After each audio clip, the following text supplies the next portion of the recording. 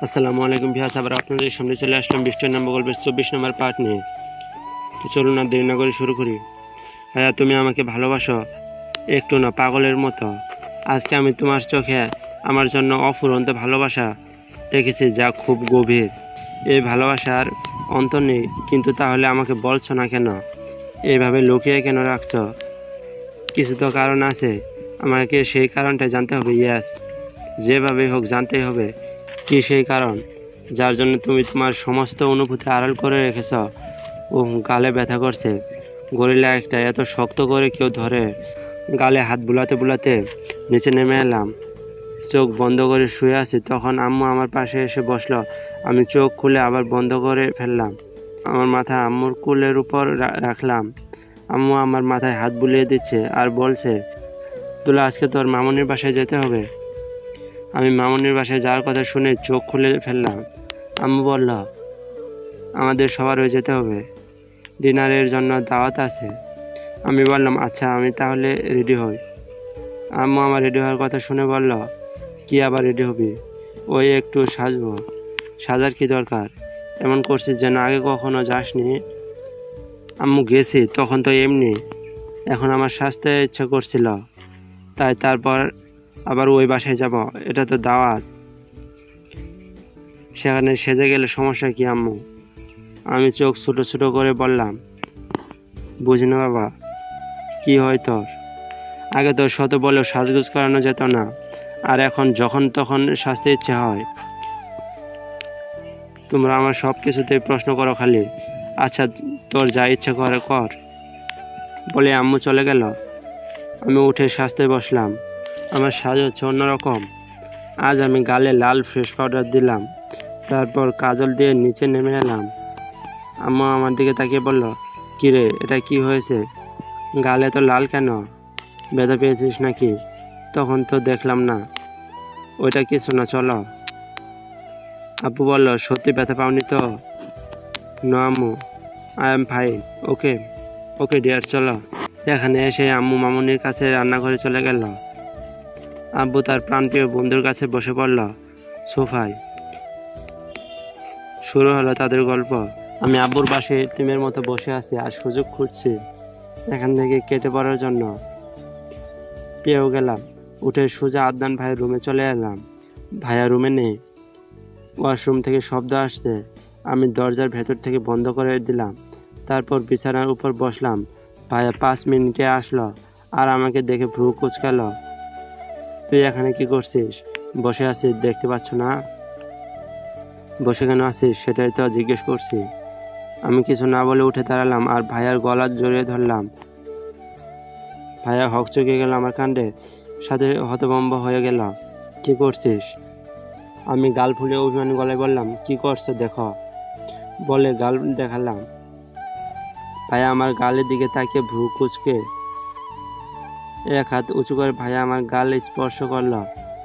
তারপর নিজের হাতের দিকে তাকিয়ে বলল, কি এসব লাগিয়েছিস? কিছু লাগাইনি। তুমি আমার গাল টিপে কি করছো দেখো, লাল হয়ে গেছে, কি ব্যথা। বলে ভাইয়ার গলা থেকে হাত সরিয়ে নিলাম। আদনান ভাইয়া আচমকা আমার হাত শক্ত করে ধরে নিজের কাছে টেনে নিল।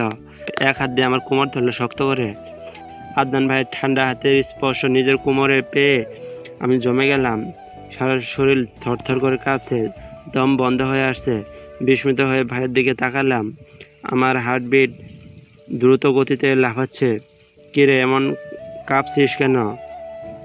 ভাইয়া নির্ভীকভাবে কথাটা বলল। আমি ভীতু মুখ করে তাকিয়ে আছি। সবসময় তো আমার গা ঘেঁষতে তোর ভালো লাগে, তাই এখন আমি ধরলাম। এমন করছিস কেন? ভাইয়া, ছাড়ো, আমার কেমন জানি লাগছে। কেন ছাড়বো, কেন? আর কেমন লাগছে শুনিয়ে? কেমন জানি লাগছে। আমি ধরলে তো এমন লাগে না। কেমন লাগছে বল। বলে ভাইয়া নিজের এক হাত উঁচু করে আমার গালে রাখলো। আমার কাঁপাকাঁপি আরও বেড়ে গেল। আমি ঢুক গিলে চোখ বন্ধ করে ফেললাম।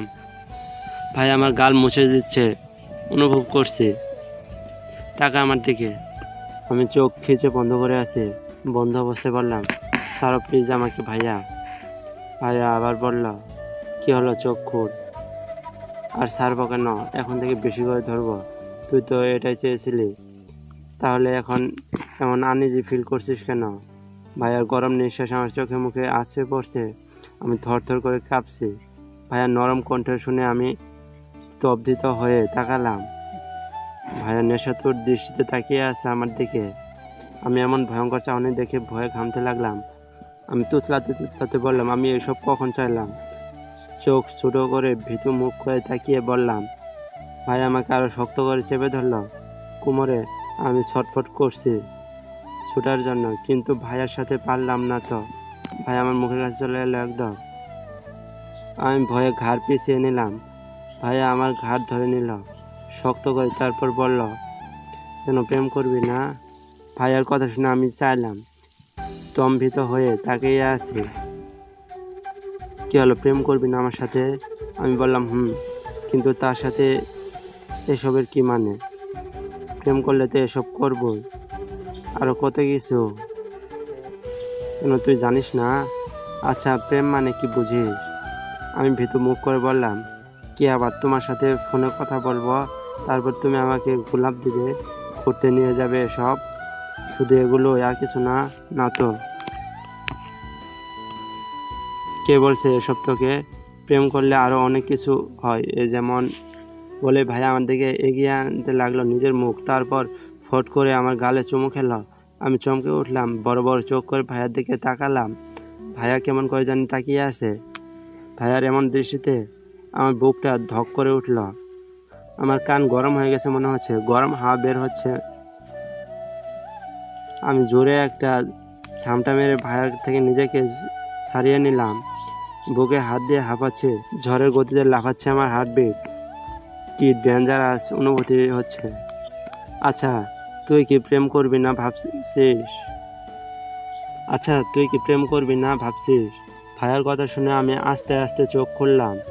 কিরে চুপ না থেকে বল, কারণ প্রেম করলে এমন কয়েকটা কিস তোকে সহ্য করতে হবে, আর একটা খেয়ে তোর এই অবস্থা।